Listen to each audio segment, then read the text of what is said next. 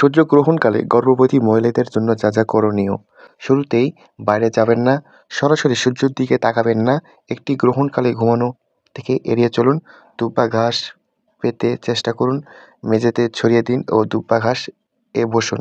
একটি সূর্যগ্রহণকালে পিন, ছুরি, সূচের মতো ধারালো বস্তু ব্যবহার করবেন না। গ্রহণকালে খাবেন না, পান করবেন না, রান্না করবেন না। গ্রহণের সময় মহাকুঞ্জময় মন্ত্র, সান্ত্বনা গোপাল মন্ত্র উচ্চারণ করুন। গ্রহণ শেষ হওয়ার পরে স্নান করার পরামর্শ দেওয়া হয়। আপনার বাড়ির বয়স্কদের সঙ্গে সম্মান সহকারে আচরণ করুন এবং আপনাকে কিন্তু অবশ্যই কিন্তু খারাপ ব্যবহার কিন্তু করা যাবে না। স্নানের পর তাদের আশীর্বাদ নিন।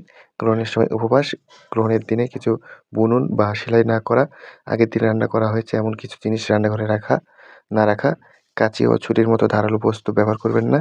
দিনের বেলা সূর্যের আলোর রশ্মিতে উন্মুক্ত হবেন না। সূর্যালোক এড়াতে ভারী পর্দা টানা উচিত এবং যেটা বলতেছি সেটা হচ্ছে যে গেল জানালা খবরের কাগজ দিয়ে আচ্ছাদিত করা উচিত এবং গ্রহণের সময় ঘরের বাইরে যাবেন না। শাস্ত্র বলছে গর্ভবতী মহিলাদের জন্য এমন দিনে থাকতে বাড়ির ভিতরেই। সূর্যগ্রহণ স্নানের সূর্যগ্রহণ ঘিরে স্নান, সূর্যগ্রহণ ঘিরে করণীয়র মধ্যে থাকছে স্নান। শাস্ত্রযজ্ঞের মধ্যে গ্রহণের সময় স্নান করে কাপড় বদলে ফেলে শুদ্ধ বস্ত্র পরা অত্যন্ত শুভ কাজ এবং তবে এই সময়ের মধ্যে কোনো মতে খাবার খাওয়া বা রান্না করা উচিত নয় বলে দাবি করেছে শাস্ত্রজ্ঞের মতে। গ্রহণের সময় সতর্কবার্তা অবলম্বন করতে হবে।